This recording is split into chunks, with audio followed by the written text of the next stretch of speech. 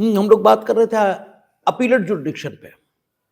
तो अनुच्छेद 132, 33 और 34 इनकी बात हुई थी, और इन अनुच्छेदों की जो विशेषता है वो विशेषता ये कि उच्च न्यायालय सर्टिफाई करे। यानी एक बात निकल आ रही है कि अपील प्रस्तुत करने का हक उसी को है जिसे सर्टिफिकेट मिलेगा। जब तक सर्टिफिकेट नहीं मिल रहा तब तक अपील प्रस्तुत नहीं हो सकती, और उच्च न्यायालय इसी के आदेश से अपील प्रस्तुत होगी। अन्य कोई न्यायालय जिसके आदेश से अपील प्रस्तुत हो जाए, ऐसी स्थिति नहीं है। यानी बहुत रेस्ट्रिक्टेड जुरिडिक्शन अपील के मामलों में ये अनुच्छेद 132, 33 और 34 इससे मिल रहा है। ये रिस्ट्रिक्शन प्रथमता तो उच्च न्यायालय के सर्टिफिकेट पर निर्भर है। जब तक उच्च न्यायालय सर्टिफाई नहीं करेगा तब तक आप जा ही नहीं सकते। उच्च न्यायालय ने जो आदेश दिया है उसके साथ साथ या तो स्वप्रेरणा से और या फिर किसी पक्षकार के आवेदन पर उच्च न्यायालय ठीक समझे तो सर्टिफिकेट जारी करे। और when they will certify, when they will issue the certificate, किसके अंतर्गत? अनुच्छेद 134A के अंतर्गत। केवल तभी आप वहां अपील करी जा सकेगी। ये बात ठीक है कि सर्टिफिकेट वो जारी भी कर दे तो भी उच्चतम न्यायालय अपील सुनने के लिए बाध्य और विवश हो जाए, ऐसी दशा नहीं है। क्योंकि सर्टिफिकेट सही जारी हुआ गलत, यह हाईकोर्ट की विजडम और गुड सेंस ऑफ जजमेंट इसी पर निर्भर है।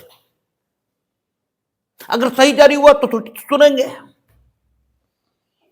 और गलत जारी हुआ तो केवल इस कारण से कि उच्च न्यायालय ने सर्टिफाई कर दिया वे बाध्य हो जाएं, ऐसा कतई नहीं है। और अपेक्षा यह भी है कि 134A में जब वो सर्टिफिकेट जारी करे तो उस क्वेश्चन को फ्रेम करे जिस क्वेश्चन के आधार पर उन्होंने 132, 133 या 134 में तो खैर क्वेश्चन की बात ही नहीं है, क्योंकि 134 1A और 1B बिल्कुल अलग ढंग की बात करती हैं। 134 1A वो कहती है कि नीचे से एक्विटल था, और उच्च न्यायालय ने अपील में न सिर्फ दोष सिद्ध किया बल्कि मृत्युदंड ये दे दिया। तो चूंकि कैपिटल पनिशमेंट है, उस पनिशमेंट से बड़ा कुछ है ही नहीं, इसलिए appeal as a matter of right ये उच्चतम न्यायालय को जाएगी। और यही पूछा जाता है कि 134 1A और 1B और 1C इसमें डिफरेंस क्या है?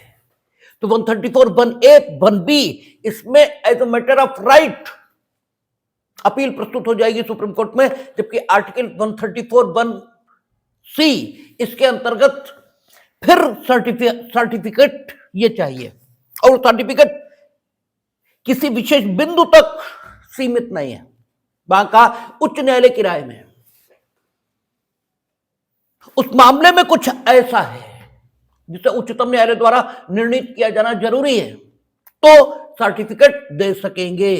तो जहां तक आर्टिकल 134 1C की बात है तो वहां कोई विशेष बात है ही नहीं। और 1A और 1B ये जहां तक है वहां तक अधिकार के नाते उच्चतम न्यायालय में अपील प्रस्तुत की जा सकेगी। और 134 1B वो भी बिल्कुल ठीक ही बात कह रहा है, क्योंकि न्याय होना ही नहीं चाहिए, न्याय होते हुए दिखना चाहिए। उच्च न्यायालय ने नीचे से अपनी असाधारण दांडिक अधिकारिता में मामले को अपने पास मंगाकर न सिर्फ सुना बल्कि उसमें कितनी सजा कर दी? मृत्युदंड। और आर्टिकल 134 सबसेक्शन 2 था, और वो सबसेक्शन 2 कहता था कि संसद उसे शक्ति रहेगी कि वो क्रिमिनल अपीलेट जुरिडिक्शन को, सुप्रीम कोर्ट के जो क्रिमिनल अपीलेट जुरिडिक्शन है उसे बढ़ा दे। Supreme court general court of appeal नहीं है। सुप्रीम कोर्ट में दांडिक मामलों में अपील सामान्यता नहीं जाएगी।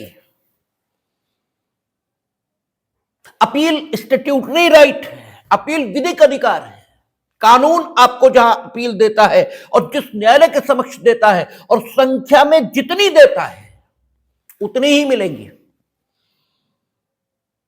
और सिविल कोर्ट और क्रिमिनल कोर्ट, ये सीपीसी और सीआरपीसी जो बीएनएसएस कही जाएगी उसके मुताबिक फंक्शन करते हैं।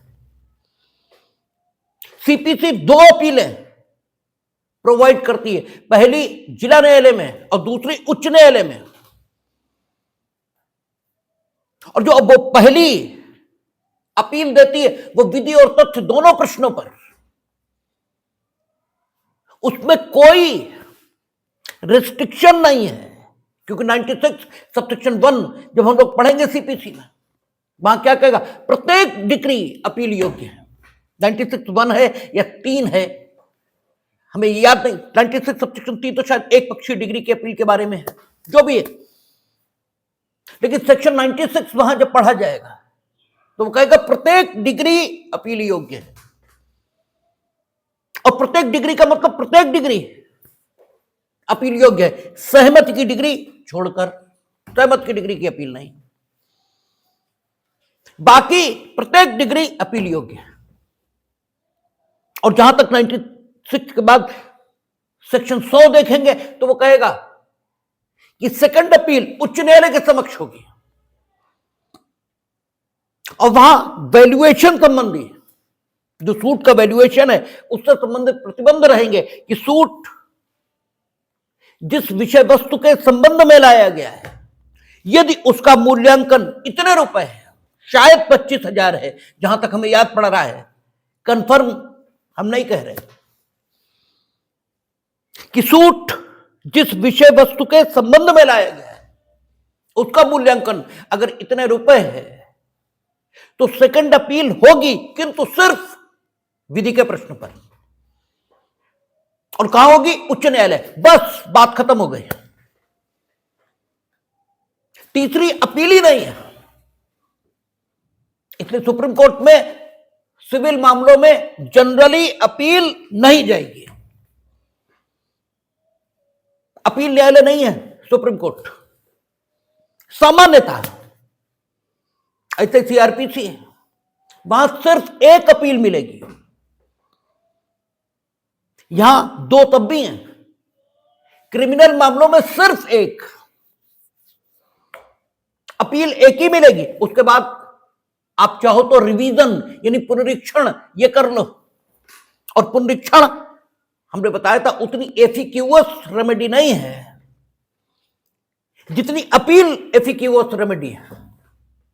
दोनों सुपीरियर कोर्ट द्वारा किए जाएंगे। लेकिन पुनरीक्षण न्यायालय की जो अधिकारिता है, उसका जो जुडिक्शन है, उसकी जो ताकत है, वो अपील न्यायालय की अपेक्षा बहुत कम है। हमने आपसे चर्चा की थी कि अगर रिवीजन फाइल हुआ है और वह निर्णय जो रिवीजन के अधीन है, उसे जिस विधि के अंतर्गत पारित किया गया है, उस विधि के मुताबिक निर्णय वो भी हो सकता है जो न्यायालय ने पारित किया, और निर्णय वो भी हो सकता है जो रिवीजनिस्ट कहता है, तो भी रिवीजन निरस्त होगा। ठीक है, क्योंकि वो भी हो सकता था जो न्यायालय ने किया, और वो भी हो सकता था जो आप कहते हैं। जिसे हम लोग जब पढ़ेंगे बीएनएसएस में आगे जाएंगे, तो बीएनएसएस में एक प्रोविजन आएगा जो पिछली सीआरपीसी में सेक्शन 210 है। और सेक्शन 210 क्या कहता है? सेक्शन 210 जो पिछली सीआरपीसी का है, वो कहता है कि अगर एक ही इशू के बारे में एक आपराधिक घटना हुई, उसके बारे में परिवाद ये भी प्रस्तुत हो गया, उसके बारे में एफआईआर ये भी लिखा दी गई, दोनों लिख गई, दोनों चल दिए, तो न्यायालय को जैसे ही पता लगेगा कि इस विषय पर अन्वेषण भी चल रहा है, तो वो परिवाद की कार्यवाही को रोक देगा और पुलिस रिपोर्ट की प्रतीक्षा ये करेगा। और पुलिस रिपोर्ट कहां आएगी? सेक्शन 193, या पुरानी में बात करें तो 173। और यदि पुलिस रिपोर्ट उसी अपराध के संबंध में आती है जिसके संबंध में परिवाद प्रस्तुत हुआ और उन्हीं व्यक्तियों के विरुद्ध आती है जो परिवाद में अभियुक्त के तौर पर दर्शित है, तो परिवाद और पुलिस रिपोर्ट दोनों एक साथ चलेंगे और कार्रवाई होगी वो पुलिस रिपोर्ट के आधार पर होगी, परिवाद के आधार पर नहीं होगी। और तब तक परिवाद की कार्रवाई स्थगित रहेगी। और अगर भिन्न भिन्न पुलिस रिपोर्ट भिन्न व्यक्ति या भिन्न अपराध के संबंध में आती है और परिवाद भिन्न व्यक्ति या भिन्न अपराध के संबंध में प्रस्तुत है, तो दोनों अलग अलग चलेंगे, फिर कोई दिक्कत नहीं है। अब मानिए यही स्थिति थी, तो होना यह चाहिए था कि अगर पुलिस रिपोर्ट भिन्न व्यक्तियों के बारे में है या भिन्न अपराध के संबंध में है और परिवाद भिन्न व्यक्तियों या भिन्न अपराध के संबंध में है, तो दोनों को चलना चाहिए। और उठाकर परिवाद ठीक है निरस्त कर दिया जाए, केवल पुलिस रिपोर्ट चले, तो यह ठीक नहीं है 210 के प्रावधानों के अनुसार। लेकिन इस दशा में अगर आप रिवीजन प्रस्तुत करो इस आदेश का और नीचे का कोर्ट यह कहकर रिजेक्ट कर दे कि आपके पास पुरानी सीआरपीसी में धारा 319 के अंतर्गत यह रेमेडी उपलब्ध है कि अगर आप साक्ष्य से यह साबित कर पाओगे कि परिवाद में जिन लोगों को आप दोषी बता रहे हो घटना के वे भी दोषी हैं, तो वे आहूत हो जाएंगे। दिक्कत क्या है? ठीक है, अब दोनों बातें हो सकती हैं, आपकी भी बात ठीक है और न्यायालय की बात भी ठीक है, दोनों बातें ठीक है। इस दशा में आपका रिवीजन निरस्त हो जाएगा। क्यों? दोनों बातें ठीक है। वो भी हो सकता है जो आप कहते हो और वो भी हो सकता है जो कोर्ट ने किया, दोनों बातें संभव है। तो रिवीजन एक बहुत अच्छी रेमेडी है, ऐसा नहीं कहा जा सकता। अपील ये बहुत अच्छी रेमेडी है, इसलिए अपील प्रस्तुत हो इसकी कोशिश होती है हमेशा। तो दांडिक मामलों में सिर्फ एक अपील, सिविल मामलों में 2 अपीलें हैं और उनमें से एक भी न दांडिक मामलों में और न सिविल मामलों में, दोनों में सुप्रीम कोर्ट में कोई अपील नहीं है। इसलिए supreme court normally appellate court नहीं है। सुप्रीम कोर्ट में कोई अपील नहीं होगी। आप लोग आम व्यक्तियों की तरह कानून के बारे में बात करते हैं, जितने रिक्शे वाले करते हैं वैसे ही आप भी करते हैं। उतनी ही समझ कानून की आपको भी है जितनी एक सामान्य व्यक्ति को है। वो भी ऐसा मानता है कि सुप्रीम कोर्ट में किसी भी मामले की अपील हो जाती है और आप भी यही मानते हैं। सुप्रीम कोर्ट में नो डाउट किसी भी मामले की अपील हो जाएगी, लेकिन हो ये आप पर निर्भर नहीं है, देखना पड़ेगा। नो डाउट सुप्रीम कोर्ट में किसी भी मामले की अपील हो जाएगी, लेकिन अपील करने का सुप्रीम कोर्ट में जो हक है क्या आपके पास है? क्या आप कर पाएंगे? या आपका यह हक ही नहीं है, बल्कि कोई अगर आपको यह हक दे तो ही आपको यह हक मिलेगा। और अगर पोजीशन यह है कि कोई आपको यह हक दे तो ही आपको यह हक मिलेगा, तो यह कैसे मान लिया जाए कि supreme court normal court of appeal है? ये माना ही नहीं जा सकता। आपका मामला सिविल है, आप अपील प्रस्तुत करो पहली, तो जिला जज से आपकी गोली चल चुकी हो, आपकी दुश्मनी हो, तो भी वो खारिज नहीं कर पाएंगे। एडमिट करनी पड़ेगी और एडमिट करने के बाद संक्षेपतः सुनकर खारिज कर दें, वो एक अलग बात है। लेकिन एडमिशन मना नहीं हो सकता। कारण यह है कि वो सीपीसी अधिकार दे रही, वो कहती है कि प्रत्येक डिग्री अपील योग्य है। सीआरपीसी में पहली अपील कोई हो मना नहीं कर सकता, लेकिन सुप्रीम कोर्ट में आप अपील प्रस्तुत करने जाओ, आप भगा दिए जाओगे। आप कोई अपील प्रस्तुत नहीं कर सकते।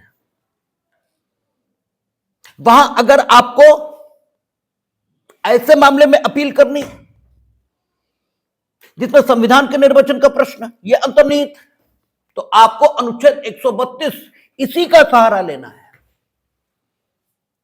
और अनुच्छेद 132 में अपील तभी होगी जबकि अनुच्छेद 134A के अंतर्गत उच्च न्यायालय ने स्वयं या आपके मांगने के आधार पर प्रमाण पत्र जारी किया हो, अन्यथा हो ही नहीं सकती। और वो भी कब होगी? जब निर्णय, डिग्री या अंतिम आदेश है। जब तक निर्णय, डिग्री या अंतिम आदेश ये नहीं है तब भी नहीं होगी। और उच्च न्यायालय को सर्टिफिकेट जो जारी करना चाहिए उसमें यह बताना चाहिए कि इस निर्णय, डिग्री या अंतिम आदेश को हमने पारित जरूर किया है, लेकिन इस मामले में अमुक प्रश्न है जो सारवान है और संविधान के निर्वचन से संबंध रखता है। दोनों बातें। लेकिन इसमें यह भी है कि उच्च न्यायालय ने इस प्रश्न को नहीं लिखा जो उसकी नजर में सारवान है और संविधान के निर्वचन से संबंध रखता है, लेकिन वाकई में है, लिखा नहीं। सर्टिफिकेट जारी कर दिया, लेकिन सर्टिफिकेट में सवाल को मेंशन नहीं किया। करना चाहिए था, नहीं किया, तो भी कोई अंतर नहीं पड़ता। सुप्रीम कोर्ट सुन लेगा, क्योंकि है, मेंशन किया गया या मेंशन नहीं किया गया इससे कोई अंतर नहीं पड़ता।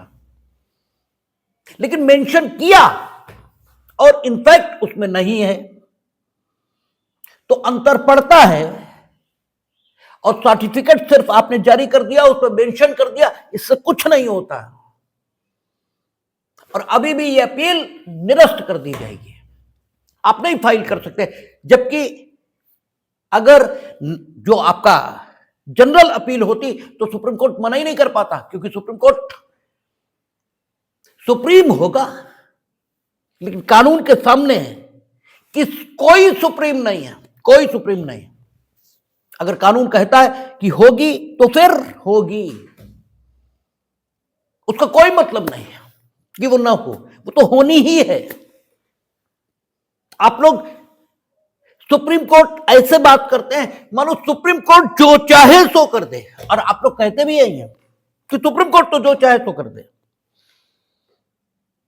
इस पूरे हिंदुस्तान में कोई जो चाहे सो नहीं कर सकता, कोई नहीं कर सकता। जो लिखा है सिर्फ उतना ही किया जा सकता है, उसके अलावा कुछ भी नहीं, उसके अलावा कुछ भी नहीं किया जा सकता। 133 सिविल मामलों में और 132 और 133 हम बार बार आपको बता रहे हैं, और मेरी बात लिख लीजिए, यही पूछा जाएगा आपसे और यही नहीं याद आएगा। 132 में भी विधि का सारवान प्रश्न है, लेकिन वो संविधान के निर्वचन से संबंध रखता है। और 133 में भी विधि का सारवान प्रश्न है, लेकिन वो जनरल इंपॉर्टेंस का है, व्यापक महत्व का है, और यही पूछा जाएगा कि व्यापक महत्व का विधि का प्रश्न यदि किसी कार्यवाही में अंतर्निहित है तो उच्चतम न्यायालय में अपील किस अनुच्छेद के आधार पर हो सकेगी। और अगर विधि का सारवान प्रश्न जो संविधान के निर्वचन से संबंध रखता है उससे अपील उद्भूत हो रही है, तो वो किस अनुच्छेद के अंतर्गत उच्चतम न्यायालय के समक्ष अपील योग्य होगा, पूछा यही जाना है। किस तरह पूछा जाएगा यह हम नहीं बता सकते, पूछने का ढंग क्या होगा यह नहीं बताया जा सकता, ये तो एग्जामिनर की अपनी बुद्धि है। पूछने का प्रकार क्या है ये तो वो अपने हिसाब से पूछेगा, लेकिन पूछेगा यही है क्योंकि यही पूछा जाता है। इसके बाद 134, 1A, 1B, 1C आपने देखा ही। हाँ ठीक है, संसद को ये ताकत दी गई वो कानून बनाकर सुप्रीम कोर्ट के अपीलेट जुडिक्शन को इनलार्ज कर दे, और उन्होंने इनलार्ज किया 134, 1A। और इनलार्ज करने का मतलब है इनलार्ज किया जाता है, जो पहले से है वो तो रहेगा ही। तो 134, 1A, 1B और 1C ये तो रहेंगे ही, इनलार्ज कर सकते हैं और बढ़ा सकते हैं। तो बढ़ाया, आपको बताया पुरानी सीआरपीसी में धारा 379 लाए थे, 379 तो पहले से ही थी, उसमें इनलार्जमेंट किया था और ये कहा था कि उन मामलों में जिन्हें उच्च न्यायालय ने अपनी असाधारण दांडिक अधिकारिता में विचारित किया है, नीचे से मंगवा कर और 10 वर्ष या उससे अधिक की सजा कर दी, आजीवन कारावास कर दिया या मृत्युदंड दे दिया, तो मृत्युदंड तो ऑलरेडी है। लेकिन वहां 134, 1A और 1B में सिर्फ मृत्युदंड है, सिर्फ मृत्युदंड, जहां आपको as a matter of right appeal मिलेगी, as a matter of right. 134, 1C में अपील हो सकती है, भले ही सजा सिर्फ 2 रुपए जुर्माने की हुई हो, लेकिन उसके लिए फिर सर्टिफिकेट जरूरी,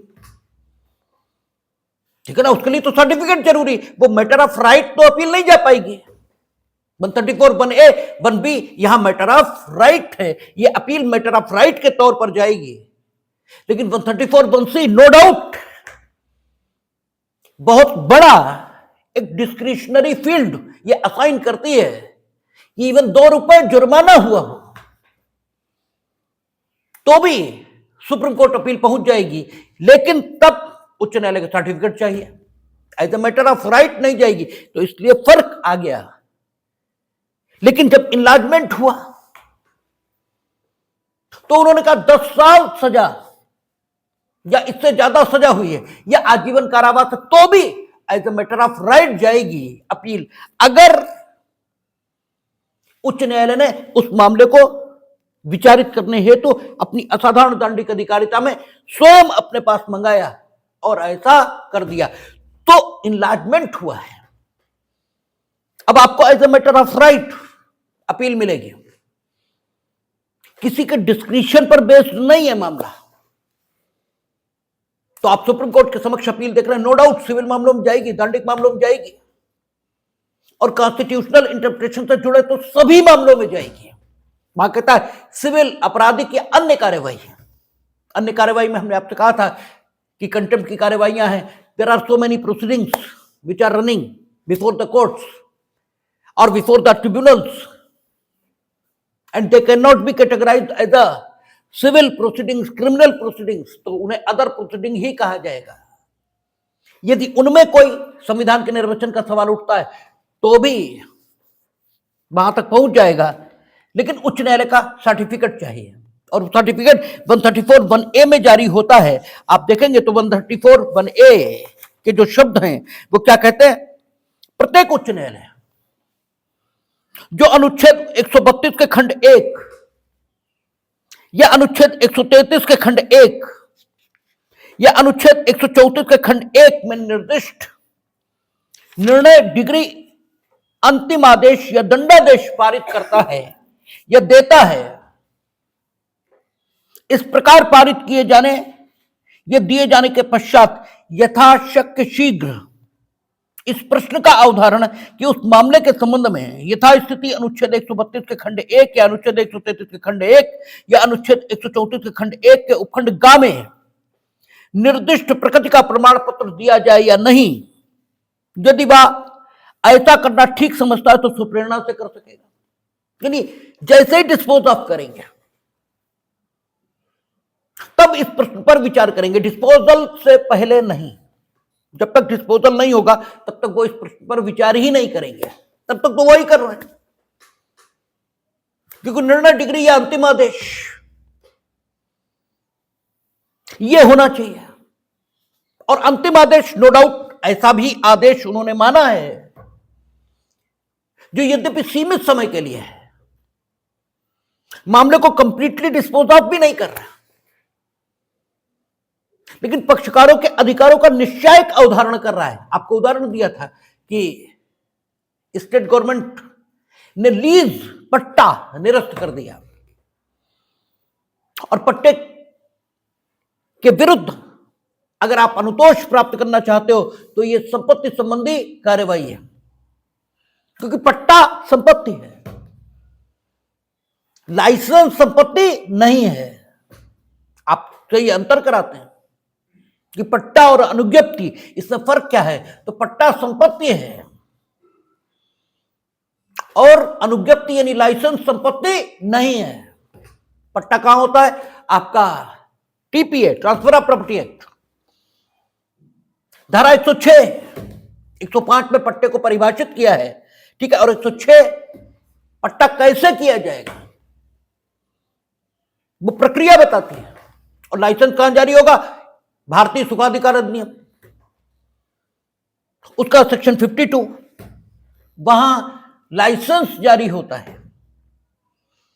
पट्टा संपत्ति है, क्यों? क्योंकि टीपीए का सेक्शन 5 संपत्ति के अंतरण की जो परिभाषा देता है, उस डेफिनेशन के मुताबिक पट्टा संपत्ति है। क्योंकि सेक्शन 5 टीपीए क्या कहता है कि संपत्ति के अंतरण में क्या होता है? एक जीवित व्यक्ति के द्वारा दूसरे जीवित व्यक्ति को संपत्ति का हस्तांतरण होता है। हस्तांतरण शब्द का प्रयोग करता है। इसीलिए वसीयती अंतरण को संपत्ति अंतरण के अंतर्गत यानी टीपीए के अंतर्गत संपत्ति का अंतरण नहीं मानते, क्योंकि वसीयती अंतरण में संपत्ति अंतरित होती है किंतु कानून की प्रक्रिया से, और सक्सेशन यानी उत्तराधिकार, इसके माध्यम से जब संपत्ति अंतरित होती है तो नो डाउट व्यक्ति के मरते ही उसकी संपत्ति ऑटोमेटिकली उसके उत्तराधिकारियों में निहित हो जाती है। उसके उत्तराधिकारियों को कुछ करना नहीं पड़ता, वो ऑटोमेटिकली निहित हो गई उनमें। लेकिन यह संपत्ति का निहित होना विधि की क्रिया से घटित होता है, यह एक्शन ऑफ लॉ है, यह हस्तांतरण नहीं है कि एक व्यक्ति दूसरे को हस्तांतरित करे, यह स्थिति नहीं है। इसलिए संपत्ति का अंतरण यहां होता है, किंतु संपत्ति के इस अंतरण को ट्रांसफर ऑफ प्रॉपर्टी एक्ट के प्रावधान लागू नहीं होते। इसीलिए जब आप एलएलबी में पढ़ते हैं तो वहां पढ़ाया जाता है कि ट्रांसफर ऑफ प्रॉपर्टी जो एक्ट है इसके अंतर्गत पक्षकारों के द्वारा किया गया अंतरण शामिल है। इसके अंतर्गत वसीयती अंतरण या विधि की क्रिया से हुए अंतरण शामिल नहीं है। हालांकि इसका एक एक्सेप्शन धारा 57 टीपीए में दिया गया है, लेकिन बाकी नॉर्मली जो सेक्शन 5 है वो हस्तांतरण की बात करता है और कहता है संपत्ति में के सभी अधिकार या हित, यह संपत्ति में का कोई एक अधिकार या हित अगर एक पक्षकार के द्वारा दूसरे को हस्तांतरित कर दिया जाए तो हस्तांतरण की यह प्रक्रिया संपत्ति का अंतरण कहलाती है। और चूंकि पट्टे में क्या होता है, आप कब्जा और उपभोग दो चीजें ये अंतरित करते हैं, इसलिए पट्टा संपत्ति का अंतरण है। पट्टे में संपत्ति अंतरित होती है। आपकी दिक्कत यह है कि आप सिर्फ विक्रय को संपत्ति का अंतरण मानते हैं, शेष को संपत्ति का अंतरण पढ़ते हैं किंतु मानते नहीं। पढ़ते तो हैं, आप तो पूछो टीपीएम क्या क्या बंधक है, पट्टा है, लेकिन आपका मन नहीं मानता कि पट्टा भी संपत्ति का अंतरण है, यह बंधक भी संपत्ति का अंतरण है। यह आपका मन नहीं मानता, इसलिए नहीं मानता क्योंकि उसे कभी समझा ही नहीं, कभी जाना ही नहीं। ठीक है, लेकिन जहां तक अनुज्ञप्ति का सवाल है, जहां तक लाइसेंस का सवाल है, तो लाइसेंस में जो लाइसेंसी है, यानी जो अनुज्ञप्तिधारी है, वो अनुज्ञापक से, यानी जो लाइसेंस दे रहा है, उससे सिर्फ एक इजाजत हासिल कर लेता है उस कार्य के संबंध में जो अनुज्ञप्तिधारी अनुज्ञापक की संपत्ति पर करता है। और यदि अनुज्ञापक ने अनुज्ञप्तिधारी को वो अनुमति न दी होती तो अनुज्ञप्तिधारी के द्वारा अनुज्ञापक की संपत्ति पर वो काम करना अवैध माना जाता। अगर ये शर्त पूरी हो जाती है तो वो अनुमति लाइसेंस का स्वरूप धारण कर लेती है, लेकिन चूंकि वो सिर्फ अनुमति है इसलिए वो संपत्ति का अंतरण नहीं है। आपको उदाहरण दिया था कि जैसे कोई आपके घर में पुताई करने के लिए जबरदस्ती घुस आए और पुताई करना शुरू कर दे तो वो अतिचार का दोषी है। लेकिन जब वो आपकी अनुमति से प्रवेश करता है तो वो लाइसेंसी होता है और अनुज्ञप्ति अभिव्यक्त हो सकती है, अनुज्ञप्ति विविक्षित हो सकती है। मेरी आपसे मित्रता है तो हमें विविक्षित अनुमति प्राप्त है। हर बार हमें पूछने की जरूरत नहीं है कि आ जाएं, मे आई कम इन सर, ये कहने की जरूरत नहीं है, हम घुस सकते हैं। क्योंकि पिछले अवसरों पर हम घुसते रहे और आपने कभी भी कोई आपत्ति दर्ज नहीं कराई, इसलिए हमें इंप्लाइड लाइसेंस है। लाइसेंस इंप्लाइड हो सकता है, लाइसेंस एक्सप्रेस हो सकता है, वो बात अलग है, लेकिन लाइसेंस ये संपत्ति नहीं है, जबकि पट्टा संपत्ति है, वो आपका संपत्ति का अंतरण है। तो ये संपत्ति संबंधी सवाल हुआ। अब स्टेट गवर्नमेंट ने क्या किया, लाइसेंस निरस्त कर दिया, वो सॉरी पट्टा रिवोक कर दिया। अब चूंकि संपत्ति संबंधी सवाल है तो आपको क्या लाना है, सिविल सूट। आपको सिविल सूट लाना है। अब सिविल सूट आप लाएं तो 2 महीने का नोटिस चाहिए, क्योंकि गवर्नमेंट के खिलाफ आना है। प्रक्रिया तो सीपीसी की चलेगी, सेक्शन 80 वो कहेगा 2 महीने का नोटिस दीजिए, और आप 2 महीने का नोटिस दें तो गवर्नमेंट ने तो लाइसेंस ही रिवोक कर दिया, सॉरी पट्टा ही रिवोक कर दिया, तो आपका तो नुकसान होगा। तो रिट फाइल हुई थी, कहां, हाई कोर्ट में, और उच्च न्यायालय ने उसमें जो रेमेडी दी, कहा 3 महीने तक स्टेट गवर्नमेंट को निर्देशित किया जाता है कि वो पट्टा इनका कैंसिल नहीं करेंगे, या 3 महीने तक इन्हें बेदखल नहीं करेंगे। अब पट्टा तो कैंसिल हो ही गया और वो तो सिविल कोर्ट ही देखेगा कि सही हुआ या गलत हुआ, लेकिन इन्हें बेदखल नहीं करेंगे और आप 2 महीने का नोटिस देके और जो कुछ करना है आपको करिए। लेकिन नो डाउट इसमें कोई फाइनल एडजुडिकेशन नहीं है। उच्च न्यायालय ने कुछ भी फाइनली नहीं कहा कि पट्टा गलत है, सही है, क्या है, कुछ भी नहीं कहा, लेकिन इसे अंतिम आदेश माना उच्च न्यायालय ने और इसमें सर्टिफिकेट जारी किया और अपील हुई थी। अनुच्छेद 132 या 133 में उदाहरण दिया गया था। तो फाइनल ऑर्डर इसे भी मान लेंगे, लेकिन कुछ तो फाइनल होना ही चाहिए। तो आप देखते हैं 132 हो, 133 हो, 134 हो, 134 तो दांडिक अपील है, यहां उच्च न्यायालय के सर्टिफिकेट इस पर अपील है, बिना सर्टिफिकेट नहीं है। और सर्टिफिकेट किसे देना, उच्च न्यायालय को देना है। कब देना है, जैसे ही वो निर्णय डिग्री या अंतिम आदेश ये देगा या अनुच्छेद 134 में दांडिक अधिकारिता का प्रयोग करेगा तभी देना है। और किसके निवेदन पर देना है, तो स्वप्रेरणा से, अपनी प्रेरणा से भी दे सकते हैं। और साथ ही साथ यदि ऐसा निर्णय डिग्री अंतिम आदेश या दंडादेश पारित किए जाने या दिए जाने के ठीक पश्चात, यानी कि नहीं 2 महीने बाद चले आए, व्यथित पक्षकार, अब इसकी भी व्याख्या हुई है, ठीक पश्चात,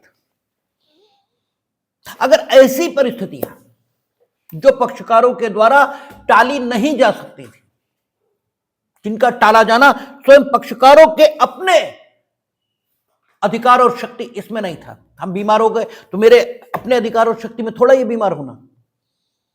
हमें कुत्ते ने काट लिया तो हम कुत्ते काट लेना कोई हमारे अधिकार और शक्ति में थोड़ा ही है। तो उसके उपरांत अगर ठीक बाद हम आ गए तो माना जाएगा कि हम उसके ठीक पश्चात आ गए। यद्यपि निर्णय पारित हुए 2 महीने हो गए, लेकिन माना क्या जाएगा हम ठीक पश्चात आ गए। ठीक है ना। लेकिन आपकी ओर से डिले नहीं होना चाहिए। ऐसा डिले नहीं होना चाहिए जिसको आपके पक्ष पर किया गया है यह माना जा सके। ठीक है ना। ये ठीक पश्चात शब्दों की व्याख्या आती है। कहता है कि ठीक पश्चात व्यथित पक्षकार द्वारा या उसकी ओर से। अब व्यथित पक्षकार मर गया,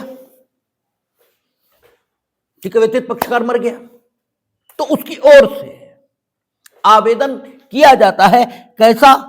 मौखिक आवेदन किया जाता है तो करेगा। अब मौखिक मिनिमम है, लिखित किया तो यह नहीं कि बोले मौखिक ही करना था, वो तो मैक्सिमम है। मौखिक भी कर दे तो भी मिल जाएगा। ये सर्टिफिकेट चाहिए। इसका मतलब क्या निकला? इसका मतलब general court of appeal supreme court नहीं है।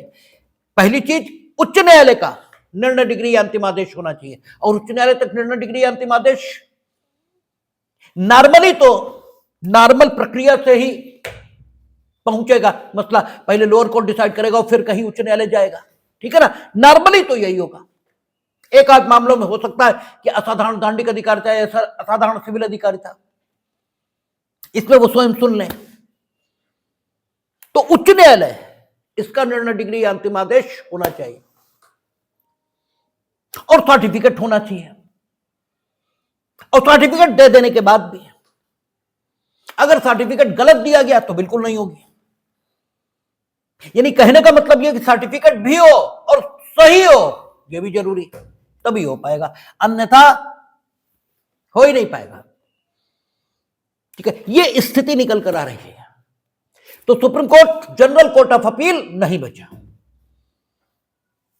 अब जो सबसे अपील का प्रोविजन शक्तिशाली है सुप्रीम कोर्ट के संबंध में 136, इस पर बात करेंगे। लेकिन यहां भी देखेंगे आपके पास अधिकार नहीं है, या यूं कहें आपके पास 136 में अपील प्रस्तुत करने के लिए निवेदन करने का हक ये तो है कि आप निवेदन कर सको कि हमें अपील प्रस्तुत करने का अधिकार दे दिया जाए। लेकिन आपका निवेदन किस लिए? हमें अपील प्रस्तुत करने का अधिकार दे दिया जाए, इसके लिए है। अपील प्रस्तुत करने का नहीं। ठीक है। आपको निवेदन करने का हक है कि हमें अपील प्रस्तुत करने का अधिकार दे दिया जाए। इसका निवेदन आप कर सकोगे। किससे? सुप्रीम कोर्ट से। आपको अपील प्रस्तुत करने का अधिकार मिलेगा, नहीं मिलेगा, आपके निवेदन के आधार पर। यह बिल्कुल अलग की बात होगी। तो आपको सुप्रीम कोर्ट में अपील प्रस्तुत करने का अधिकार है, ये तो कहा ही नहीं जा सकता। और सुप्रीम कोर्ट का जो अपीलेट जुडिक्शन है वो केवल किसमें है? 32, 33, 34 और 36। इसके अलावा उच्चतम न्यायालय में कोई अपील करने का प्रावधान है ही नहीं। और इन सारे सेक्शंस की जो एनालिसिस है, इन सारे सेक्शंस का जो विश्लेषण है, वो ये साबित करता है कि आपको उच्चतम न्यायालय में अपील प्रस्तुत करने का कोई अधिकार नहीं। ठीक है ना। और आप जरा कह के देखना, ये कचहरी में एक बार कह के देखना, सिर्फ इतनी सी बात सिर्फ बोल देना, तो ऐसे वो जो सो कॉल्ड सीनियर्स होंगे, ठीक है, वो ऐसे आपकी हंसी बनाएंगे जैसे मानो आपने कोई बहुत गलत बात कह दी हो, जबकि वो खुद 100% गलत है, आप ही ठीक हैं। लेकिन इसके बाद भी ऐसे वो हंसेंगे, जरा सिर्फ कह के देखिएगा। और उनकी बुद्धि, जो सो कॉल्ड सीनियर्स हैं और कचहरी के बाहर घूम रहे एक आम आदमी की बुद्धि फिर इस बिंदु पर अलग अलग है, ऐसा किस आधार पर कह दिया जाए? ऐसा तो कहा ही नहीं जा सकता, क्योंकि आम व्यक्ति भी यही मान रहा है कि supreme court court of appeal है, और वो भी यही मान रहे हैं कि supreme court court of appeal है, क्योंकि supreme court general court of appeal नहीं है, no doubt court of appeal है, लेकिन वहां अपील प्रस्तुत करने का अधिकार किसी को नहीं है। वहां अपील प्रस्तुत करने के लिए निवेदन करने का अधिकार है, और वो निवेदन स्वीकार हो जाएगा तो अपील प्रस्तुत हो जाएगी, और यदि अस्वीकार हुआ तो प्रस्तुत नहीं होगी। तो अपील प्रस्तुत हो न हो, इसके संबंध में अगर कोई अधिकार किसी को है तो स्वयं उन्हें ही है, आपको तो है ही नहीं। तो फिर ये कैसे मान लिया जाए कि आपके दृष्टिकोण से supreme court court of appeal है? आपके दृष्टिकोण से वैसे तो है, अपनी इच्छा से है, या हाईकोर्ट के प्रमाण पत्र के आधार पर है, उससे पहले तो है ही नहीं। और वो जो अधिकार उन्हें अपील के दिए गए वे उनकी शक्ति के आधार पर और उनकी अथॉरिटी के आधार पर उन्हें दिए गए। वे प्रयोग करेंगे या नहीं करेंगे, किन मामलों में करेंगे, इस सब के संबंध में आपको सवाल उठाने का कोई हक ये नहीं मिला है। ठीक है, तो ये देखेंगे अभी, और हम लोग देखेंगे अनुच्छेद 136 को, तो बिल्कुल जो मार्जिनल नोट है वहीं से यह बात निकलने लगेगी कि सुप्रीम कोर्ट में अपील प्रस्तुत करने का आपको कोई अधिकार नहीं है, क्योंकि आपको अधिकार हो तो किसी की इजाजत नहीं चाहिए। सीपीसी कहती है कि प्रत्येक डिग्री अपील योग्य है, किसी की अनुमति नहीं चाहिए। और आप देखेंगे जिस समय डिग्री की अपील के लिए जाते हैं तो क्या कहते हैं कि रेगुलर सिविल अपील है, रेगुलर सिविल अपील है, और बस वो कहते ठीक दर्ज कर लो। अब अगर आपने कोई आदेश उसको स्थगित करने की मांग की है तो आप कहते हैं कि सर इसमें हमारी एप्लीकेशन टीआई इसकी भी लगी है, तो जब एडमिट हो जाती है फिर वो सुनी जाती है, लेकिन एडमिशन पर कोई दिक्कत नहीं है। आप कहते हैं रेगुलर है, बात खत्म हो गई। लेकिन यहां कहता विशेष अनुमति, क्या आप देखें मार्जिनल नोट कहता अपील के लिए उच्चतम न्यायालय की विशेष इजाजत, यानी first of all you must seek the permission of the supreme court for what, to file the appeal, otherwise you can't, आप फाइल ही नहीं कर सकते। विशेष इजाजत ये ठीक वैसे ही है जैसे अजमानती अपराध, उसमें आपको जमानत मांगने का हक है लेकिन प्राप्त करने का बिल्कुल नहीं। देना न देना ये न्यायालय पर निर्भर है। न्यायालय अगर समुचित मानेगा आपको उस मामले में छोड़ना तो छोड़ देगा, अन्यथा जमानत प्राप्त करना आपका अधिकार नहीं है। अब एक दिक्कत और पैदा होती है, जैसे ये बोला जाता है कि न्यायालय चाहेगा तो आपको जमानत देगा और नहीं चाहेगा तो नहीं, वैसे आप न्यायालय को भगवान मान लेते हैं। ये बड़ी भारी समस्या है। ठीक है, आप में और आम आदमी में कोई अंतर ही नहीं है, यही सबसे बड़ी दिक्कत है। जबकि जब भी न्यायालय को अधिकार दिया जाएगा कि न्यायालय चाहे तो ऐसा करे और चाहे तो न करे, तो वहां हमेशा कुछ शब्द अंतर्निहित माने जाते हैं कि न्यायालय तभी चाहेगा जब युक्ति संगत होगा वैसा चाहना, और न्यायालय तब नहीं चाहेगा जहां अयुक्ति संगत होगा।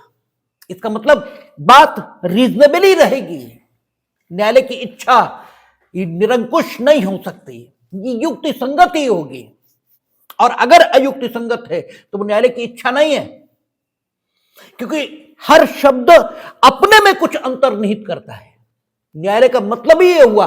न्याय, हमने जब जूरिस्प्रूडेंस बताया था आपको तो बात की थी कि न्याय क्या है। न्याय का मतलब है जो होना चाहिए वो हो, और इसीलिए हमने कहा था कि न्याय हमेशा देर से होगा, न्याय कभी भी तुरंत नहीं हो सकता। ये जो मूर्खों का बात है कि न्याय तुरंत होना चाहिए, हो ही नहीं सकता। इट कांट बी, यह संभव ही नहीं है, क्योंकि न्याय वो है जो होना चाहिए, और जो होना चाहिए इसे सोचने में समय लगेगा। क्या होना चाहिए? पहले हमारे सामने सारे तथ्य हैं, तभी तो हम तय कर पाएंगे क्या होना चाहिए। सारे तथ्यों को रखने में समय लगे, ये तो भगवान जी सिर्फ कर सकते हैं कि तत्काल स्पॉन्टेनियस न्याय, ठीक है, एकदम वही न्याय कर दें, क्योंकि उन्हें सब कुछ पता है। जहां जो कुछ हुआ था वहां भी वे स्वयं मौजूद थे, उन्हें मालूम है, तो वो कर सकते हैं। हम कैसे कर देंगे? हम आमनी प्रेजेंट ये तो नहीं थे, इसलिए न्याय तुरंत हो ही नहीं सकता, हो ही नहीं सकता। जो तुरंत होगा वो अन्याय है, ये तुरंत जो होगा वो बदला है, बदला, न्याय नहीं है। न्याय तो हो ही नहीं सकता। न्याय के लिए जरूरी है सारी चीजें सामने हो, सारे तथ्य सामने हो, और जब सामने होंगे तब जो किया जाना ठीक होगा। अब इन तथ्यों में क्या किया जाना ठीक है, इसे भी सोचने में समय लगेगा। तो न्याय तुरंत कैसे हो जाएगा? और न्याय जब यह है कि जो होना चाहिए वो हो, तो न्यायालय यानी उस चीज का घर जो होना चाहिए उसे करने का घर वो है। तो न्यायालय वो कैसे कर सकता है जो नहीं होना चाहिए? वो कर ही कैसे सकता है? और अगर करता है तो वो न्यायालय नहीं है, शब्दों की ऑब्जेक्टिव व्याख्या है। और सबसे बड़ी दिक्कत यह है कि आप लोगों ने ऑब्जेक्टिविटी के साथ पढ़ा कैसे जाता है ये सीखा ही नहीं है। और दिक्कत यह है कि जो आपके सो कॉल्ड एजुकेशनल इंस्टीट्यूट हैं वो भी मूर्खों के अड्डे हैं। हमें कोई बता रहा था कि आर्किमिडीज, ठीक है, मैथमेटिशियन हुए, इन्हें कोई सवाल राजा ने हल करने के लिए दिया कि इस सवाल का उत्तर दीजिए। ये करते रहे करते रहे करते रहे, हो ही नहीं पाया। आपसे भी होता है, कई बार आप लगे रहते हैं, हमसे भी होता है, लगे रहते हैं, नहीं आता। ये लेटे नहा रहे थे टब में, अब होता है हम भी कई बार आपसे बात करते रहते हैं, हमें बात समझ में नहीं आती, हम नहा रहे होते, कुछ सोच रहे होते, उस समय एकदम क्लिक कर जाता है कि ये है। ये भी नहा रहे थे, नहाने के लिए लेटे थे। अब नहाने के लिए आदमी कम ही कपड़ों में होता है, कोई बहुत कपड़ों में तो नहीं नहाता है। नहाते नहाते एकदम सवाल हल हो गया। आर्किमिडीज उसी हालत में उठे और राजा की तरफ भाग खड़े हुए कि बताने के लिए कि वो चीज हल हो गई। अब आपके कॉलेजों में जब पढ़ाया जाएगा तो कैसे पढ़ाया जाएगा कि अगर कोई सवाल हल करना है तो टब में लेटो, कम कपड़े पहनो, पानी में लेट जाओ, ठीक है। ये प्रक्रिया पर आप ध्यान देंगे, आप इस बात पर ध्यान नहीं देंगे कि नहीं, ध्यान केंद्रित करना होता है। ये ऑब्जेक्टिव व्याख्या है इस उदाहरण की कि जब भी आप सेंट्रलाइज होंगे तब ईश्वर की कृपा आप पर होती है और आप चीजों को हल कर लेते हैं। और अगर आप इसकी सब्जेक्टिव व्याख्या करें तो यह होगा कि अगर कुछ सवाल हल करना है तो पानी में लेट जाओ, कपड़े उतार दो, ठीक है, और लेट करके सोचो और फिर वहीं से भाग खड़े हो। यह आपके कॉलेजों में पढ़ाया जाता है कि पढ़ने या पढ़ाने की प्रक्रिया क्या है। बोले खड़े होकर पढ़ाओ, ब्लैक बोर्ड पे पढ़ाओ, लिखाओ, ठीक है, नोट्स बनाओ। ये नहीं है। आपको नोट्स बनाकर समझ में आता है, बनाइए। आपको खड़े होकर पढ़ा सकते हैं, आप खड़े होकर पढ़ाइए। विधि नहीं है। ये यूं कहें, विधियां तो इसलिए हैं ताकि चीजें सुविधापूर्वक हों। अगर विधियों के एप्लीकेशन से सुविधा नहीं दुविधा पैदा हो रही है तो छोड़ दीजिए विधियों को, वो आपके लिए नहीं है, ठीक है। सबका अपना तरीका होता है और आप उसी तरीके में सुविधा अनुभव करते हैं। तो अगर आपका तरीका समाज के प्रचलित और मान्य तरीके से मेल खाता है, उसे अपना लीजिए, नहीं तो नया तरीका विकसित करिए। क्या दिक्कत है? पहुंचना लक्ष्य है, तरीका लक्ष्य नहीं हो सकता। तरीका लक्ष्य थोड़ी है, तरीके में क्या रखा है, ठीक है। लेकिन आप तो अलग ही ढंग से सारी चीजें मानकर चलते हैं। तो न्यायालय है, आपके साथ दिक्कत यह है कि जैसे न्यायालय के बारे में कहा जाता है वो जो चाहे सो कर दे, आपकी तुरंत ये धारणा बन जाती कि वो तो भगवान विष्णु है, जो चाहे सो कर दे। ये नहीं है, जो चाहेंगे वो कर देंगे। भगवान भी जो चाहे सो कर दे, लेकिन नहीं करेंगे। हम लोगों ने natural law, school of law पढ़ा था, वहां कहता है कि यद्यपि भगवान की शक्ति अनंत है, वो जो चाहे सो कर दे, लेकिन वे भी अगर अयुक्ति संगत करेंगे तो भगवान ही नहीं रहेंगे। कभी ये नहीं करेंगे कि तुम कत्ल करो और तुम्हें राष्ट्रीय शेर बच्चा पुरस्कार मिले और ये अच्छा काम करें और ये जेल चले जाएं। भगवान भी ऐसा नहीं करेंगे, क्योंकि जिस दिन भगवान ये कर देंगे उस दिन वो भगवान ही नहीं होंगे। इसलिए नेचुरल स्कूल ऑफ लॉ कहता है कि कुछ अंतर्निहित है मानव की प्रकृति में, उसके विरुद्ध कोई कानून नहीं हो सकता। तो न्यायालय अपने में जब उसके बारे में कहा जाता है कि वो जो चाहे तो कर दे, तो उसका अर्थ यही होता है कि वो जो करेगा वो युक्ति संगत होगा। तो इसलिए अजमानती अपराध की दशा में अगर आपको जमानत दिया जाना समुचित होगा तो दे देगा। देते हैं, रोज देते हैं।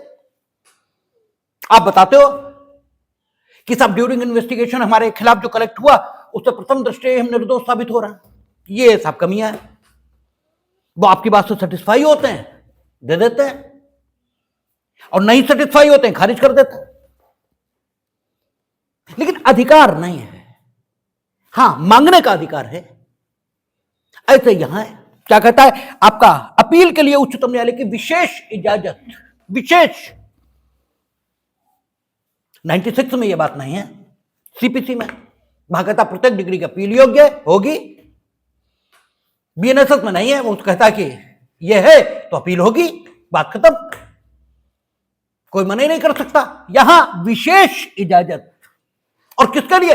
अपील के लिए। इसका मतलब अपील अभी नहीं है, अपील तो इसके बाद आएगी, जब विशेष इजाजत मिल जाएगी तब आएगी अपील। अभी तो अपील के लिए विशेष इजाजत ये मांगी जा रही है। तो कहां है सुप्रीम कोर्ट में अपील का अधिकार, और कहां है supreme court court of appeal? है, लेकिन आपकी इच्छा से नहीं है, अपनी इच्छा से है। वो अपनी इच्छा से, आपकी इच्छा से नहीं है। आप में और जो योगी होता है उसमें फर्क तो यही होता है, योगी भी खाना खाता है और आप भी खाते हैं, लेकिन आपको भूख लगी इसलिए आप खाएंगे। यानी आप अपने शरीर से शासित हो रहे हैं। शरीर को भूख अनुभव हुई, उसने मांग की, आपने खाना खा लिया। योगी अपनी इच्छा से खाना खाता है, ठीक है। और जो विभिन्न धर्मों में, मतों में व्रत की परंपरा है, वो इसीलिए है कि आपकी संकल्प की शक्ति को मजबूत किया जाए, आपको यह बताया जाए कि आप शरीर नहीं हो, शरीर से अलग कुछ हो। शरीर मांग करे भी तो भी आप संकल्प पूर्वक कहो कि ठीक तुम मांग कर रहे हो, लेकिन हमारा जब मन होगा तब खाएंगे। इस ताकत को मजबूत करने के लिए, आपकी ये संकल्प की शक्ति मजबूत हो, इसके लिए व्रत की परंपरा है कि ठीक है शरीर अनुभव कर रहा, नहीं खाएंगे, मेरा मन नहीं है। अब आप ये कह पाओ पूरे दम से कि मेरा मन नहीं है, नहीं खाएंगे, ये आपको पता लगे, आप कहीं हो, शरीर से अलग हो, ये व्रत से अनुभव कराते हैं कि लगे तो भी मत खाना, ठीक है। और हर धर्म में, हर संप्रदाय में ये टेक्निक विकसित की गई है कि आपको अपने शरीर से कुछ अलग अनुभव कराया जाए कि आप कुछ अलग हो, आप शरीर नहीं हो। तो योगी भी खाना खाएगा और आप भी खाओगे, लेकिन उसका खाना खाना और तुम्हारा खाना खाना दोनों बिल्कुल अलग है। वो भी घर में रह रहा और आप भी रहना है, लेकिन वो ये मानकर रह रहा है ये मेरा नहीं है, हम नहीं हैं, हमें तो 150 साल रहना है, चले जाना है, हमसे पहले भी कोई रहता था, हमारे बाद भी कोई रहेगा, और तुम भी रह रहे हो, तुम ये मानकर रह रहे हो कि मेरा है, इसलिए घर में कुछ हो रहा तो तुम्हें दुख हो रहा है, तुम्हें कष्ट हो रहा है, वो तो नहीं हो रहा है, क्योंकि वो मानता ही नहीं, वो तो कहता हमें यहां रहना है, बस चले जाइए, दिक्कत ही क्या है। तो आप और वो एक जैसे दिख रहे हो, लेकिन एक जैसे हो नहीं, ऐसे यहां है, अपील होती दिख रही है, लेकिन बहुत डिफरेंस है, बहुत डिफरेंस है।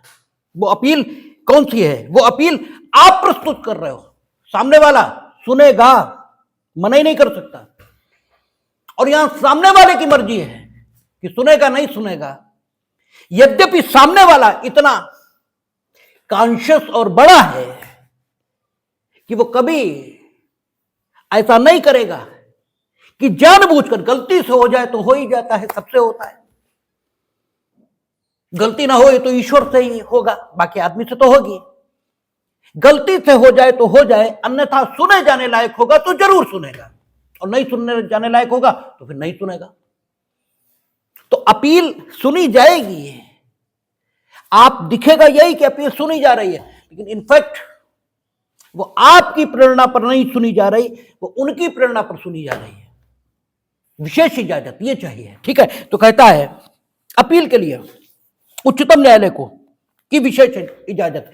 अब देखिए, जब बड़े आदमी को कुछ देते हैं जिससे दुरुपयोग की आशंका नहीं है तो खूब देते हैं, और आपको देते हैं यानी जिनसे दुरुपयोग की आशंका है उन्हें बहुत संभाल संभाल कर दिया जाता है। कहता है इस अध्याय की किसी बात के होते हुए भी नॉन अबस्टेंट क्लास से शुरू हो रहा, यानी सुप्रीम कोर्ट को स्वयं हक दे रहे हैं कि आप चाहो तो अपील के लिए विशेष इजाजत दे दो, तो उनकी शक्ति पर कोई प्रतिबंध नहीं, कोई प्रतिबंध नहीं किसी प्रकार का। ये यूं कहें तो प्रतिबंध सिर्फ इतना जो स्वयं उनकी अपनी विजडम और गुड सेंस ऑफ जजमेंट इस पर आधारित है, उनकी अपनी बुद्धि और निर्णय करने के संबंध में उनकी जो अपनी न्यायिक समझ है वही उनके ऊपर प्रतिबंध के तौर पर काम करेगी। इसके अलावा कोई प्रतिबंध अनुच्छेद 136 में अपील सुनने के संबंध में उनकी शक्ति पर नहीं है। कहता है इस अध्याय में किसी बात के होते हुए, इस अध्याय में हमने देखा था अन्य चीजें तो जैसे कंटेम्प्ट से संबंधित थी, सुप्रीम कोर्ट के गठन से संबंधित थी, इस चैप्टर में यही सब चल रहा है। तो इस अध्याय में किसी बात के होते हुए चाहे कुछ भी कहा गया हो, तो अपीलेट जुडिक्शन के संबंध में तो अगर हम विशेषता बात करें तो 132, 133, 134 में यही कहा कि उच्च न्यायालय इसका क्या होना चाहिए, निर्णय, डिग्री या अंतिम आदेश या दंडादेश और साथ में सर्टिफिकेट, यानी 3 प्रतिबंध इस अध्याय में आए थे। एक तो उच्च न्यायालय का निर्णय, डिग्री या अंतिम आदेश होना चाहिए उच्च न्यायालय का, और उच्च न्यायालय तक पहुंचेगा ही मामला, नीचे से डिसाइड होते होते, ठीक है ना। तो पहला प्रतिबंध था कि adjudication against which you can file the appeal in the supreme court that must belong, ठीक है, टू द हाई कोर्ट, वो उच्च न्यायालय का होना चाहिए। पहला प्रतिबंध तो यही था, अन्य किसी न्यायालय का ना हो, इसमें इनहेरेंट है, अलग से नहीं लिखा है लेकिन इनहेरेंट है। जब कह दिया उच्च न्यायालय का हो तो फिर उच्च न्यायालय का हो। हालांकि आपकी यह भी आदत है, बोले कि लास्ट बस कब जाएगी, उन्हें 10 बजे बोले उसके बाद कब जाएगी। अरे जब लास्ट ही है वो तो उसके बाद कहां से जाएगी, लेकिन बोले पूछेंगे ऐसे ही, ठीक है। आप बातें ऐसी ही करते हैं जो निरर्थक है। वो कवि हैं अरुण जैमिनी, वो बताते कि घंटा घर पे एक आदमी चढ़ा हुआ घड़ी ठीक कर रहा था, वो तो पूछ रहा है कि घड़ी ठीक कर रहा है, उन्होंने कहा नहीं, आंखें कमजोर है, चढ़ के घड़ी टाइम देख रहे हैं। अरे यार तुम्हें दिखाई नहीं देता कि घड़ी ही ठीक कर रहे हैं, बेकार की बातें पूछ रहे हैं। तो अन्य सुतरी के सवाल ये करने की आदत है, और इसीलिए ये आदतें विकसित हुई हैं, इसलिए कानून समझ में नहीं आता। अन्यथा कानून से ज्यादा रुचिकर और युक्ति संगत और ठीक बात है ही कहां जो वो समझ में नहीं आएगी। अगर ठीक समझ में नहीं आ रहा तो फिर अपनी समझ पर सवाल उठाइए, ठीक बात पर सवाल मत उठाइए। बात तो ठीक ही है, आपकी समझ में नहीं है तो आपकी समझ का दोष है, ठीक है ना। तो कहता है कि उच्च न्यायालय का होना चाहिए, इसका मतलब अन्य किसी न्यायालय का नहीं होना चाहिए। पहला प्रतिबंध यही है। और उच्च न्यायालय का भी हो तो कैसा हो, निर्णय, डिग्री, अंतिम आदेश या दंडादेश, ये हो। यानी इसमें भी अंतर्निहित हो गया कि अंतर्वर्ती आदेश न हो, ठीक है ना, निर्णय, डिग्री या अंतिम आदेश। यानी अन्य कोई चीज ऐसी न हो जो इन डेफिनेशंस में ना आए, जिसे निर्णय ना कहा जा सके, जिसे डिग्री ना कहा जा सके, जिसे अंतिम आदेश ना कहा जा सके। अगर वो है तो अपील इस अध्याय के अंतर्गत 136 को छोड़कर नहीं जा पाएगी, क्योंकि वहां उच्च न्यायालय का होना चाहिए, निर्णय, डिग्री, अंतिम आदेश होना चाहिए और साथ में उच्च न्यायालय का सर्टिफिकेट ये होना चाहिए। 3 प्रतिबंध आ गए। जब तक ये नहीं है तब तक आप जा ही नहीं पाएंगे। लेकिन जब उच्चतम न्यायालय को इजाजत देने का अधिकार दिया अपने समक्ष अपील प्रस्तुत करने के संदर्भों में, तब सारे प्रतिबंध उठा लिए, क्योंकि दे आर सुप्रीम। वही जैसे भगवान से यह अपेक्षा नहीं है कि वो कुछ भी करेंगे तो वो न्याय के अतिरिक्त कुछ होगा। इसीलिए कहते हैं ना कि मांग अधार्मिक है, मांग करना ठीक नहीं है ईश्वर से, कुछ भी मांगना ठीक नहीं है, क्योंकि मांगने में 2 चीजें तो तय हैं। एक कि आप खुद का कल्याण ईश्वर से अधिक सोच सकते हो, यह बात तय हो गई, नहीं तो आप मांग क्यों रहे, जो तुम्हारे कल्याण में होगा वो नहीं देगा। और दूसरी बात यह भी तय हो गई कि आप ईश्वर को सलाह देने की सामर्थ्य रखते हैं, क्योंकि आप अपने कल्याण के विषय में ही ठीक सही, लेकिन सलाह तो उसे दे ही रहे कि हमें ये दे दो। अब ये दोनों बातें अगर आप कर रहे हो तो आप ईश्वर के प्रति लायल हो। आपको आस्तिक कहें या नास्तिक कहें, आपको धार्मिक कहें या अधार्मिक कहें, इसीलिए आपको जितने धार्मिक दिखाई देते हैं ये सब अधार्मिक हैं। जो रोज मंदिरों में, मस्जिदों में, सब जगह आपको दिखाई देंगे, ये सब भिकमंगे हैं, मंगते लोग हैं, और इसीलिए इनकी कोई आस्था नहीं है। आप देखो 2 मिनट में कहना शुरू कर देंगे हमें नहीं भगवान भगवान से मतलब, 2 मिनट लगेंगे सिर्फ। कारण तो यही है, आप अधार्मिक है ही नहीं ठीक लोग, ये बिल्कुल गलत लोग हैं, देखने से ये ठीक लग रहे हैं। तो जैसे भगवान गलत कर ही नहीं सकता, ये कॉन्सेप्शन है, तो भगवान के बराबर कॉन्सेप्शन हम यहां रख सकते हैं, लेकिन चूंकि ये मानव निर्मित निजाम है इसलिए यहां गलती संभव है। लेकिन जब भी हो जाएगी और उनके ध्यान में आ जाएगी तो वो रेक्टिफाई भी कर लेंगे, ये उनकी विशेषता है। इसलिए उनकी शक्ति पर कोई प्रतिबंध लगाना उचित नहीं है। इसलिए 136 जिन शब्दों से शुरुआत करती है, वे शब्द क्या है कि इस अध्याय में किसी बात के होते हुए, इस अध्याय में ये बात आई कि उच्च न्यायालय का हो, इसका मतलब यह हुआ कि यहीं से शुरुआत हो रही है कि किसी भी कोर्ट का हो, किसी भी कोर्ट का हो। यही बात आएगी अभी 136 को जब हम और एक्सप्लेन करेंगे तो यही बात आएगी। लेकिन अगर आगे न भी पढ़ें, सिर्फ इन शब्दों को देखें कि इस अध्याय में किसी बात के होते हुए कोई प्रतिबंध लगाओ, इसका मतलब यह है कि निर्णय, डिग्री, अंतिम आदेश है या नहीं है, इससे भी फर्क नहीं पड़ता। वो उच्च न्यायालय ने डिसाइड किया नहीं किया, इससे भी फर्क नहीं पड़ता। उसके संबंध में प्रमाण पत्र है नहीं है, इससे भी फर्क नहीं पड़ता। भले ही प्रमाण पत्र दिया गया, लेकिन उच्चतम न्यायालय मानता है कि इसमें कॉन्स्टिट्यूशनल इंटरप्रिटेशन का सवाल नहीं है, इसमें व्यापक महत्व का सवाल नहीं, लेकिन फिर भी इतना अन्याय हुआ है इस मामले में कि हमें सुनना चाहिए। सुनेंगे, ठीक है सर्टिफिकेट, लेकिन लगता है नहीं सुनना चाहिए, नहीं सुनेंगे। तो केवल जो प्रतिबंध है वो केवल उनकी अपनी बुद्धि और गुड सेंस ऑफ जजमेंट, इसी का है, इसके अलावा कुछ नहीं। समय नहीं बच रहा, 136 पर विस्तार से कल बात करेंगे हम लोग, लेकिन आप एक बात समझ लें खूब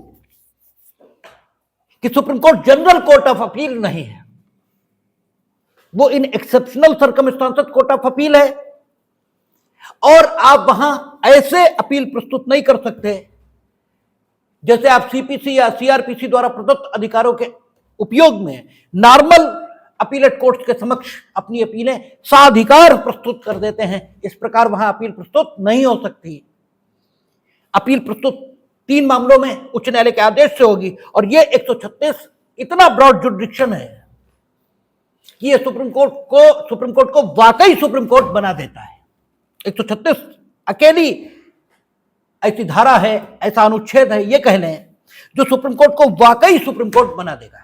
क्या है 136, कल बात करेंगे, देखेंगे।